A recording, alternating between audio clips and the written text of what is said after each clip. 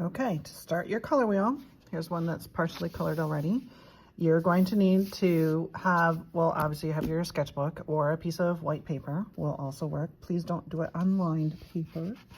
And you're gonna need to start by making a square. Yesterday in class, I didn't have people make a square to start with, and that was a point of confusion. So the first thing we're going to do is make a square, and I'm going to turn to a clean page so you can see how this looks from the beginning. So you will need a ruler and a pencil.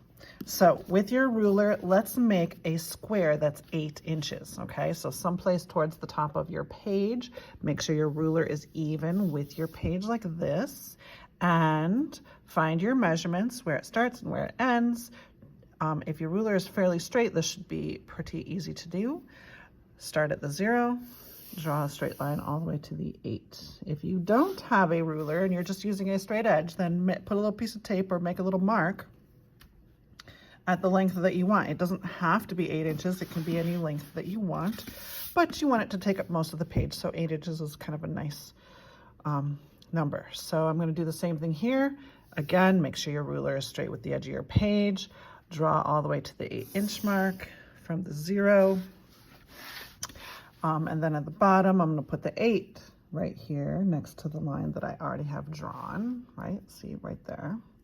And then make sure again that your ruler is even with the bottom of your page so it looks nice and straight. You guys, this is not super precise, okay? This is not probably the best measuring technique.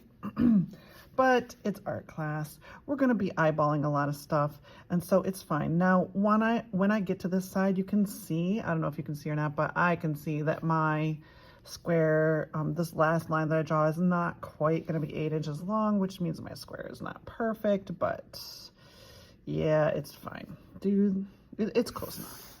Okay, it's close enough. All right, so there's my close to being square. The next thing that you're going to do is make an X. So you're going to connect this corner to the opposite corner, and you're going to draw a line like this across your page and do the same thing from the other direction, like that. Okay, so now we have our square with an X. Okay. Here's where it gets a little complicated and a little messy because there's no good way to do this. I'm not going to make you do the math of dividing it into 3, which you can't technically do anyways. So we're just going to eyeball it, okay? We need our color wheel to have 12 pie-shaped sections, okay? In order to do that, we've got 4 now. We have to divide each one of these 4 into 3 sections, okay? There's no real easy way to do that, you guys. There just isn't. I would say look at your top line right here and divide it into 3 the best you can. Okay, if I do every 3 inches, that's going to be too much. If I do every 2 inches, that's going to be too little. It's going to be somewhere in the middle. Okay, so just kind of eyeball it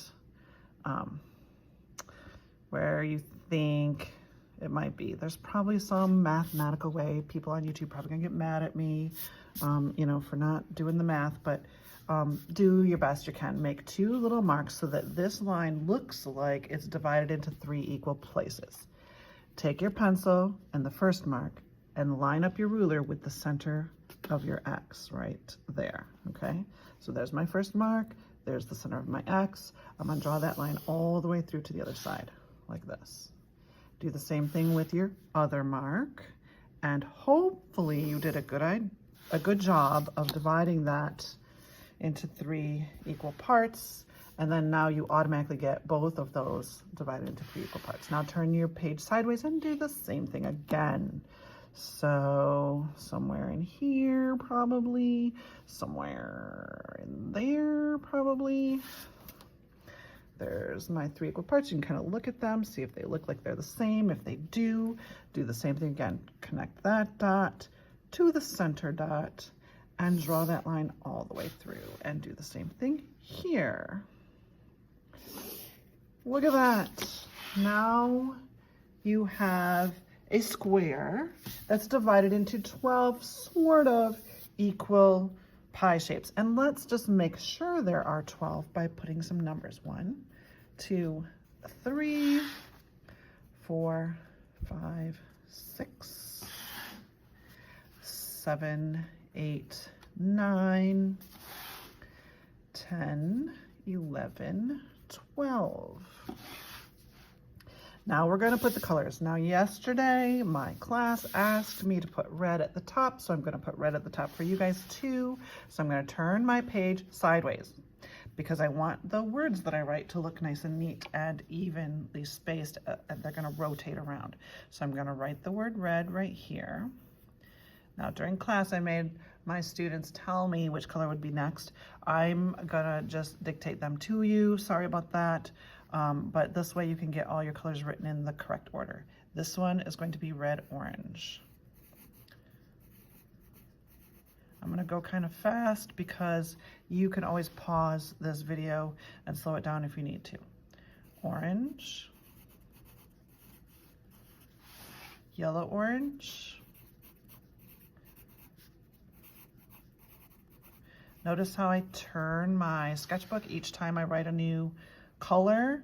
That is so that all my words will rotate around and it'll look really nice when we're done. This one's going to be yellow. This one's going to be yellow green.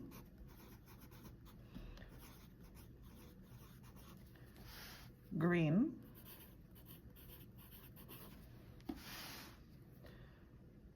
Blue green.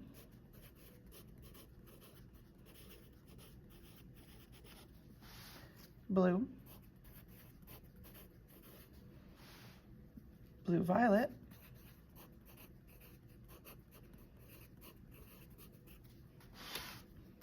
Violet.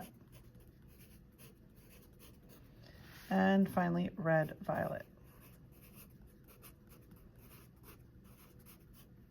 There we go. Now if we turn it back to the first position, you can see all of my words for the color wheel. The colored words are written and they look nice, rotating around, and you are ready for color. So at this point, you can trace a circle over there if you want it to be a circle. If you have a compass, you can do some fancy designs in there, but we're just going to leave it like this, and during class tomorrow, you'll be able to color with us.